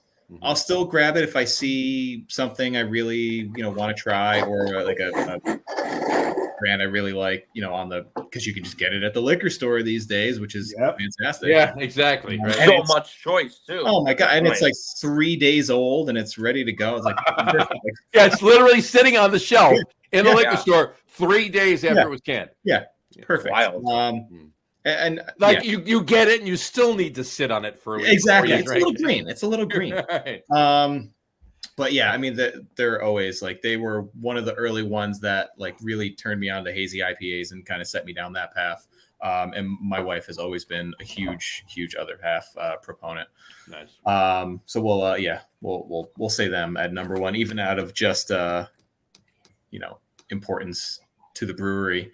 But then honorable mention to Wild East. Their lager game recently has been fantastic. Yeah, it has been lately. It's been like really picking up. It's crazy good. Mm-hmm. Yeah, for sure. So, Dave. Well, they're tearing up our list there, Johnny. They are. Since my honorable mention was mentioned, I'm going to pull up another honorable mention. No, mention it. No. I'm going to switch from it, and because John, when we were talking about this earlier today, we forgot somebody. Good friend of ours, Interborough, as an honorable mention. I said that. So I said that earlier. Like, I was hoping you didn't remember that because I had that in there. I remembered. Come on, Jesse's a friend. He's a good friend, and we love him dearly. Quick story for both of you and everybody that's a longtime listener or watcher of the show will know this story. Okay, when it comes to all right, talk about Carton Brewing, right? I'm going to say the name once, Augie, right? Mm-hmm. So Augie's been on the show. I said it. You twice. Just said it twice. That's it. He's been on the show 4 or 5 times. And that's a capital H. That's a capital H with he. You know that, right? Right. Yeah, exactly. Okay. So Jesse's on the show from Interboro. Almost. No, you stopped yourself. He's driving home. He texts me on the side while we're on the show already with Jesse. He's driving home. He's on the he's on Benny Hill. Wherever he is. Yeah, he's on Benny Hill, right? He texts me, he's like, I forgot Jesse was on the show tonight. Text me the link. Right. So I text him the link. He's listening. He's because he's a social media whore.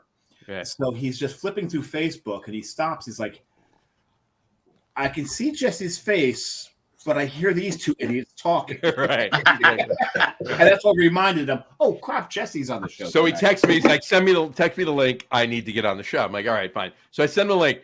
Dave had just said his name. I won't say it again. 3 times in one sentence. I don't know what the just like Beetlejuice. Whatever, right? So it was like clockwork. He popped up on the screen and I put him up on the show right when he said the 3rd time he said the name. So now you're no longer allowed to say. So now we're no longer allowed to say that name 3 times on the show. On Beetlejuice. Yeah. So it's we've actually done it once because we got him. There's a brewery out on Long Island, and they model themselves a little after Carton. 27A Brewing is the name. 27A Brewing, and they had never met him before, and so we had them on the show, and we had asked him, "Hey, this brewery kind of like follows what you do. You want to pop on the show?" And so we surprised him. Nice. And so that was a cool moment. That was a really cool moment to give this young brewery, access to capital HIM, right? So that was a lot of fun. Yeah. So Interboro's my honorable mention. I'm gonna go 18th Ward. I love 18th Ward. I love what they do there. I love the feel of this. It's good beer. The hang is even better, right? You go there, and you got the locals in there, and the locals are curious. Like, it's a really cool hang. If you haven't been 18th Ward in Brooklyn, go. I can't say I have. Cool hang. Yeah. Oh yeah, no, you got to do it. It's they're not too far from Grimm and Interboro. It's a bit of a walk, but they're not too far. And it's close. It's a lot closer to Grimm than Interboro. It's a lot closer to Spite and Dival than Grimm. But we won't go there right now. Don't go. No, let's not talk about that. I got an article posting tonight about Spite and Dial. But 18th Ward, you go there. The locals are going to be there. They're going to be curious of who you are, why you're here, but in a very friendly way. And once they realize, hey, they like the beer, boom, you're in like Flynn. You have a great time with them. My 2 and 1 I've already mentioned. So my 2 is Finback. Exogenesis, and what was the other one? There's another. So 2 of my favorite IPAs ever brewed are brewed by Finback. Exogenesis and a chrome. Yeah, crap. The one that throws strawberry. Yep, it's so good. That is probably one of the most perfect IPAs out there because because the strawberry it throws is all from the hops. Yep. It's it is fantastic. I'll look it up. I'll remember it. Yeah, I definitely have to. So is that something they do yearly? I don't know how often they do. It's not a yearly, but it's a here and there beer. It's catch as catch can kind of thing. So they're my number 2. My number 1 is just blanked on the name. Wild East.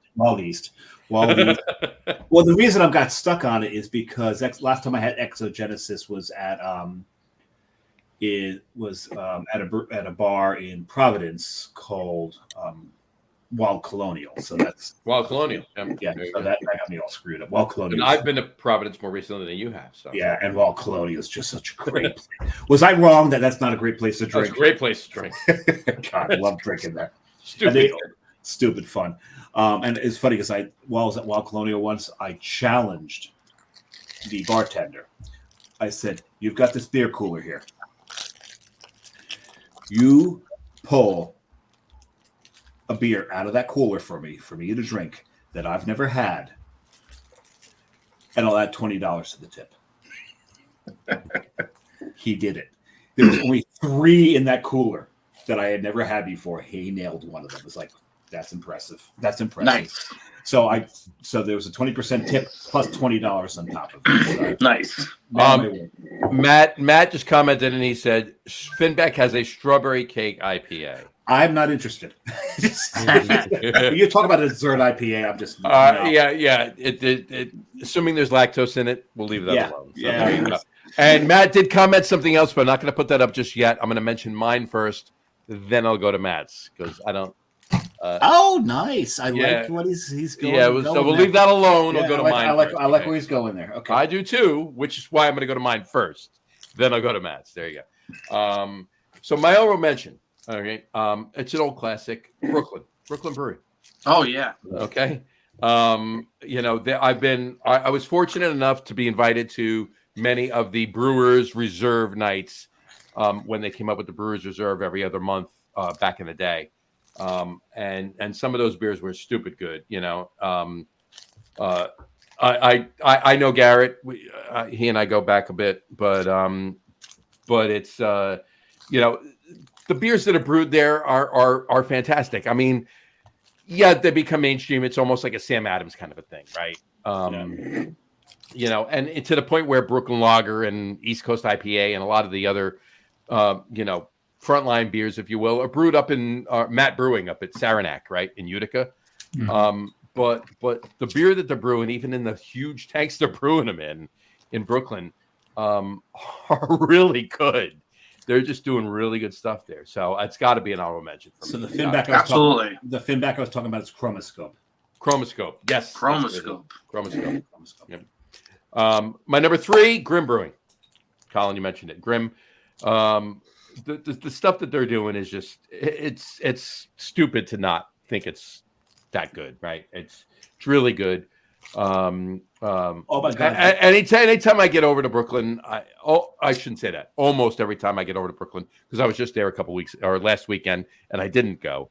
But Grimm, got to go to Grimm. Got to stop by. The only problem with going to Grimm is you've now wrecked yourself because if they've got a big stout, you're not. Whoa! Did you just say? Hold on. Did you just say if Grimm has a big stout? Get the big stout they have because oh my God, their big stouts are amazing. Absolutely. Yeah. Right. My number 2, Chris, you said it. Strong Row. Those guys are great. Jason, Alex, Oscar, all of them. They're fantastic over at Strong Row. They're brewing really good beer. And they're brewing that Red Hook location is amazing. It's gorgeous. I love the space. I love it. Right out on the water. Statue of Liberty is right there. Statue of Liberty is right there. Governor's Island's right over there. I wish I could get more of it. They're brewing beer there for their location in Gowanus and their location up at Blue Lake, up in Blue Mountain Lake. Blue Mountain Lake, up in the Adirondacks. Up in the Adirondacks. So yeah, quick story about them is I was there. One of my friends, Sean Kenny, it was his birthday. And they were sleeping off the night before, and I was walking around Brooklyn, and I stopped to text. Someone texted me. I stopped to answer it because I'm older. I can't walk and text at the same time. Tell me about it. Not a skill I have. It's not. And so when I was done, lean against the building, text, and then continue walking. And when I'm done, I look, and I'm standing next to a building, and there's like. On either side of the door, there's these green pieces of wood, and one says craft beer, and the other says brewery. And I'm like, I don't know this brewery. And I pull up on Google Maps, and where I'm standing is a pickle factory. Okay, so no, this is not a brewery. But I look, and there's okay, there's a guy on a Macintosh with a full beard, and I see some taps like, okay, it's a legit brewery. You know, you just got this guy with a big beard with an Apple product. And so I text my friends, I'm like, okay, take this address down. They're like, why? I'm like, because we'll come back here. We go back later that day. We walk in and we talk to him, and it was Jason, actually. Jason and his wife were there. And I said to them, well, how long you been open? They're like, we're technically not open. We decided to unlock the doors and allow people in. So we were there for their first soft opening. And oh my God, their brown ale is one of my favorite brown ales. Strong roast brown ale is amazing. It's one of the best, if not the best brown ale brewed in New York City. It's one of the best. And he had issues with the red at the time. We told him there's something wrong with the red. He took a taste of it. He went back to the bright, poured off the bright. He goes, yeah, I got to dump the whole tank. Damn it, you guys are right. But other than that, man, everything. I love the way this guy thinks. I love his whole business model. I love his beer. Matt just said Strong Rope is all New York ingredients too. Absolutely. Yeah, I was going to mention that. Matt had mentioned that to me. Yeah, it's all New York ingredients. They do all the grain, all their hops, everything they're getting from New York. It's all New York brewing. Excuse me. I took a bad sip of that beer, so that's interesting. So they are growing hops in New York, because I knew Oh yeah, no. They're growing plenty of hops in New York. Absolutely. Oh yeah. I heard a real long time ago, there was a lot of hops grown in New York. 100%. So, all right, to my number one. Your number one, John. My number one hasn't been mentioned yet. All right, and it would have been if I put Matt's comment up, but that's why he waited. That's why I waited, so he could launch this himself. Exactly. And it's my buddy Chris Kuzme. It's Fifth Hammer. Yeah. Chris is putting out. That's some of the best liquid in the five boroughs. I've known Chris since he was brewing for Heartland and Kelso. John's known him so long that beforehand. So a lot of things we did, a lot of times with the top three, when John and I know that we're probably going to have some crossover, we parse off you can have this one, you can have this one, you can have this one, you can have this. And I immediately told him, you can have Fifth Hammer. You've known Chris a lot longer than I have, but if I hadn't given John Fifth Hammer, that'd be my number one as well. There you go. Yeah, Fifth Hammer is just Chris is brewing ridiculously good beer, and John's got the hiccups now. I love it. I got the fucking hiccups. I'm like, I just spoonful of peanut butter. Yeah, I got it. Well, it's downstairs, so I got to figure that out. But anyway, and it's from last week's show. It's bowl and basket, but we'll go there. We won't go there. Anyway. Yes, you're right. But no. Chris is brewing amazing beer, and Matt and I get over there. I get over very often. I'm trying to get over there this Saturday. Pre-gaming every Mets game. Sunday. Well, I'm going to the Mets game on Sunday. It's Doc Gooden's jersey retirement. So I want to get over there afterwards. I'm going to stop by and see Chris. Yeah, the Mets are retiring 2 jerseys this year. Yep, it's their Gooden and Strawberries. Strawberries Saturday, June 1st. And so I'll be to that game too. So. And at the concession stands will have lines of Coke for you. Sorry, not anymore. Not anymore. Matt just put this up. Stay away Booger sugar. Oh yeah. So, not anymore for Straw. Actually, I met Daryl probably about. Well, he just survived a heart attack, didn't he? He did, yeah. I met him about 14 years ago. I met him 2010. I met him.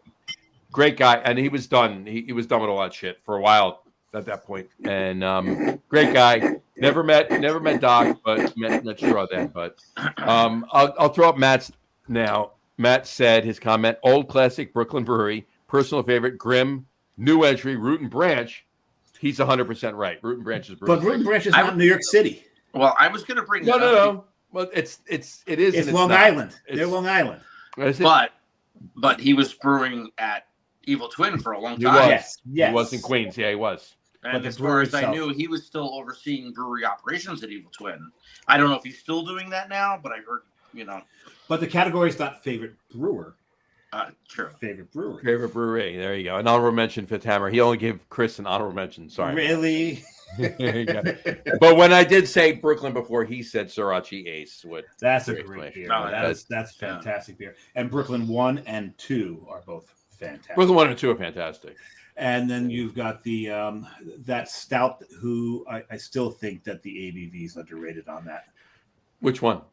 Double chocolate. No. Oh, double chocolate stout. Yeah, That's the ABV is underrated. On I'm that. sitting on a 2010 and a 2011 black chocolate stout. Black chocolate. I really think they've got it underrated by about 3%. It's because I've high. It's up there. I drank 3 of those once in a bar. I had to go out the back door. I had to figure out which of the back doors is the correct one. I chose the middle. I was correct. Good choice. Always take the middle. Always go with the middle. Yeah. All right. Cool. That's our top 3. Great top 3. I'm glad we actually went with this tonight. Holy shit with these damn hiccups. I hate that. I literally, it's not anything. I literally just took a wrong sip of this beer. And just I haven't had one since. All it takes. We both need to keep, because I got my peanut butter over here. Yeah, you did last week. Was it last week? 2 weeks ago. 2 weeks ago. We both need to keep like the jar of peanut butter by the damn computer. Exactly. At any rate. So, But all right. apologize to all the breweries that we didn't mention. There are some great breweries out there. Like KCBC. Yeah, I heard there's over. Oh yeah, KCBC. There's over like Big 30 Alice. just in Absolutely. Alice. Yeah. Absolutely, And KCBC. and I mentioned earlier Captain Lawrence, which is in Queens.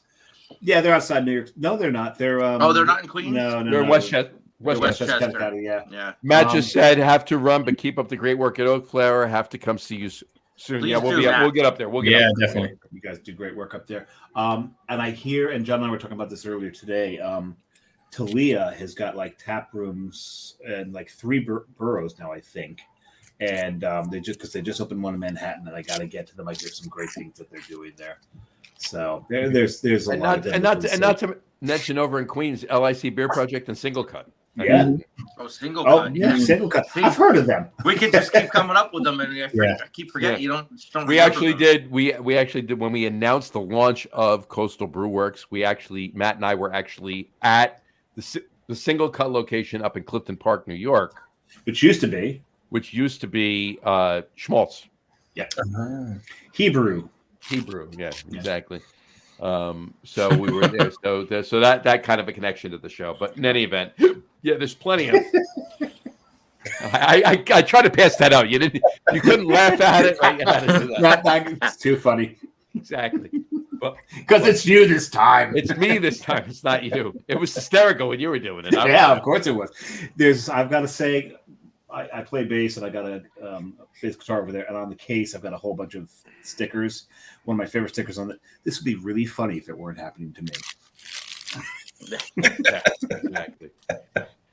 That's for sure. All right. Listen, what's coming up in the future? Near future, far future, events wise, anything that you guys are doing that you're involved in that you're going to go pour at, whatever.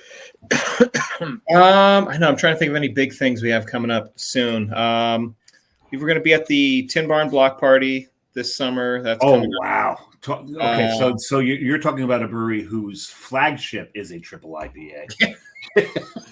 So we'll only bring the smallest of beers. What brewery has a flagship triple IPA? I mean, so Colin, you might have to drive Chris home. I'm gonna leave him there. I'm even better. I'm not. I might kick and scream. I'm not going. I'm not. Yeah. We have that coming up this summer. We're going down to Altered States too. That is in July, I think. I know we're trying to kind of limit some of the festivals we're doing just because we're getting overwhelmed with all the trying to staff everything. But other than that, I know we don't have anything too crazy coming up in the super near future. Chris, what am I forgetting? I'm forgetting a million things. Anything at the brewery? Anything you're doing at the brewery event wise? I mean, we've been starting to kind of ramp up some events and things at the brewery. I mean, even just trying to navigate the whole food truck thing now has been fun. But, we got food trucks every Friday and most Saturdays. Come on, June. What? And if Yeah, you I mean, want, I'm forgetting something over here. if you want a Chinese almond cookie, right across the corner from them, there's a Chinese restaurant. Oh yeah. I've never been in there. Yeah, you might be. Did you actually eat there? No. Wouldn't suggest it. Is it one of those things where the town that you're in has very few wild cats? Oh no, you didn't do that. You didn't do that. I'm just asking. It's just a question. I mean, I've been there almost a year. I haven't do seen that. one. It's Not one. Just asking. It's just a question. John. It's a coincidence, guys. Come on. Yeah. But other than that, yeah, we don't have them on the calendar yet, but we are lining up a couple like beer dinners and things now in the Barrel Room because it is a kind of nicer like private event space that we kind of double dip on. So we have Pasta Company we're going to be doing something with. We have a buddy of ours, a good barbecue guy in the craft beer world who's going to come and do a nice barbecue dinner in the back there. Outside of that, yeah, just all the random mind regurgitation of various beers as they pop into my head, and we decide to make them that day, and then bring them out a couple weeks later. The planning is not always the best. As I mentioned earlier, we have 2 side pulls, so there's always 2 lager style beers. And you at seem Oakflower. You seem to always have some boga going on too. Yes, we do that. I run that. What Chris leads it. You had me for a second there, Chris. He's been getting very limber, which is impressive. And boga is beer yoga, and it's not. Don't confuse beer yoga with Irish yoga. Because I'm good at that. They're 2 different things. Yep. Oh, you're gonna love it. Because the Irish yoga comes well after beer yoga. If you stay at after. Oh yeah. But yes, we do boga. I think we're still doing that once a month right now. We'll occasionally pull in a second one. We actually have a friend who teaches Pilates who's going to come do a Pilsners and Pilates thing one weekend. Like Pilsners and Pilates. Yeah. Are you hanging the ropes that they can, You know what? You're only seeing me from the shoulders up, but it's 6-pack going down. Or is it a 4-pack? It's not good. Well, they sell I'm 12. not doing any of it. Selling 12, so it's a 6-pack. That's true. There you go. I have the body of a god. Too bad it's Buddha. There you go, Chris. Nice. But yeah, Well said. There you go. trivia every other Wednesday. We started doing vinyl night, which is Nice. which is fun. We do that on Thursdays. Wait. Never mind. Hit it. What? Say it. Vinyl records. We'll leave it at that.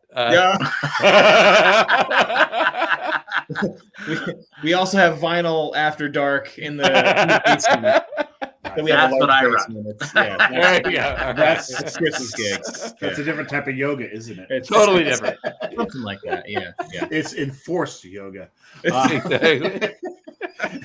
So I do have a question for you guys because when we're at the brewery, apparently someone's a big Star Wars fan because Oh, he did mention this before. on the shelf you have a Salacious Crumb. Yeah.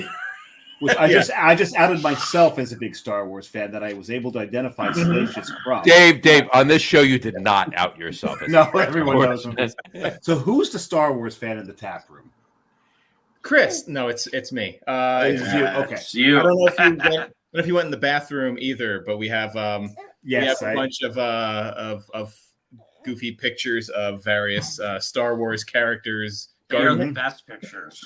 Yes. There's I think there's Palpatine carrying a basket full of lavender and the whole There is great. there may or may not be pictures of that bathroom up on Instagram because Carrie does a Instagram page called Breaking the Seal, which is all about the bathrooms at different breweries and bars. If they're interesting or have cool pictures, she posts them up.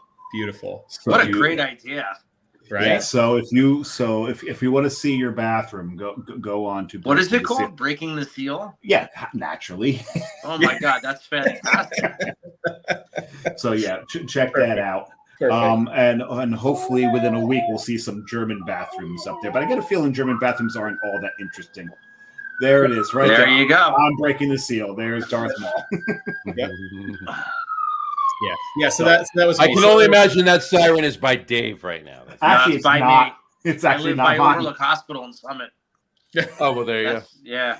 This has been one of the rare shows where the Siren emergency doesn't appear. surfaces of Union City have not made a showing. I have a window open here and a window open in the front. I'm in my wife's office / playroom, bedroom, whatever. And I live pretty close to Overlook Hospital, so That'll do it. yeah. They're coming to take Chris back to the old. Exactly. They let You're me gonna out see them for the walking in day. that door right there, and With then a they're like, white- "Let's go." Time for the jacket. Yeah, for sure. Anyway. All right. So, any last quotes or thoughts or Parting shots. Parting shots before we sign off. No, just you know what?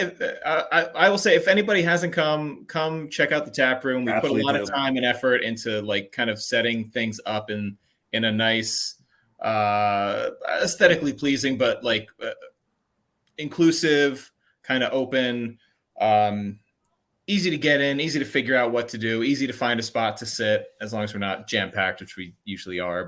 And you have more room now too with the. We do have more room now. And which New Jersey Transit line are you on? That's the Morris Essex line. So So that's if you get It's right there. Yeah. Yeah. So if you get in the Morris Essex line, you can go there. Morris Essex line. Essex line. And get there and drink quadruple IPA after quadruple IPA. No. And just wait for the train to come back the other way and take you back. Oh, because Chris has drank all of them. Never mind. They're gone. Sorry. They're gone. Well, you can hop on the train. You go one train stop down that puts you right at the Sterling Hotel, which is the other big thing in Long Hill Township. Phenomenal burger. Awesome place. And then you could take the train a little further and just go to Voodoo Wings. Voodoo Wings. Voodoo Wings. Voodoo Wings. Yeah. Voodoo Wings. Voodoo Wings at the Sterling Hotel, dry rub. Yeah. Very. Oh, yeah. yes. Okay. Yep. There you go. Yeah. Fair If enough. that is your app. Actually, we were there, and it was just before St. Patrick's Day, so we had the Irish nachos. There you go. Yep. Oh, God. People, there's a lot of really, really, really good liquid in New Jersey right now. Just find it, and get there, and visit it all, and go often because That's the great thing about Oakflower. I don't mean to interrupt, but that's the great thing. I mean, you can have our Ring Series, which is a 5.5% hazy pale ale, Right. 2 Lucre faucets that have fantastic lagers, and then there's a little bit in between. You're going to find a farmhouse ale. You're going to find a low ABV single hop IPA. You're going to find at least one double IPA. So a little bit of something for everybody. A little bit of something for everybody, and I love the fact that Chris is pushing the Lucre taps on the lager room, guys. I love it. Love it. And He's on brand. He knows what he's doing. He's on brand. There you go. And in 17 years, June will pour it for you. There you That's go. it. That's it. Sooner than that. The other two are usually running around flipping switches and trying to pour beers anyway. So Exactly. just go with it. They pour better than most of the staff. There you go. Chris included. Yeah. Love it. All right, stick around, guys. Don't go anywhere. I'm going to talk to you for just a couple minutes after we sign off. On that note, we'll wrap the show up for today.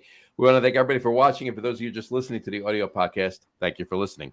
Don't forget to visit our website, www.lagerroom.com. That's LAGERROOM.com. And please remember, like us and follow us on all of our social media, Facebook, Twitter, Instagram, and, of course, our YouTube channel. All of them are at The Lager Room. Remember, we go live with the video podcast on Facebook, YouTube, X, which used to be Twitter, and Twitch every Tuesday night around 6:30 p.m. Eastern Time. And for those of you who just want to listen to the audio podcast, you could do so on our audio host, Spreaker, as well as iHeartRadio, Apple Podcasts, Spotify, Odyssey, Audible, Google Podcasts, Amazon Music Podcasts, TuneIn, Podcast Addict, Castbox, Deezer, Podchaser, Listen Notes. Pretty much anywhere you can find an audio podcast, you will find the Lager Room guys.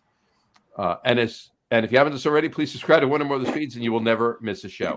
Again, thanks for following along with us. Have a great rest of your week. Have a wonderful weekend, guys. Thank you so much for coming on the show. Thank you. Thank you, guys. I have another question. Have another question. Have at it. Colin, is your wife a redhead, or is the mailman a redhead? Oh, how did you know? just curious. Dave, he hasn't taken his cap off. I mean, you don't know. It looks dark. Yeah. Just Anyway. curious. Thanks for coming on the show. Inquiring minds want to know. Inquiring minds want to know. Yeah, exactly. Thanks for coming on the show. We really appreciate you guys coming on the show. It was awesome. Thank you so much. Beer's amazing. Oh, we'll God, get up there your soon. liquid is so good. We'll get up there. Definitely get back up there soon. We will talk to you soon. Have a great rest of your weekend. Have a great rest of your week. Have a wonderful weekend. Drink a lot of beer, but drink responsibly. And we'll talk to you soon, guys. Take care. Cheers. Appreciate you guys. Thank you.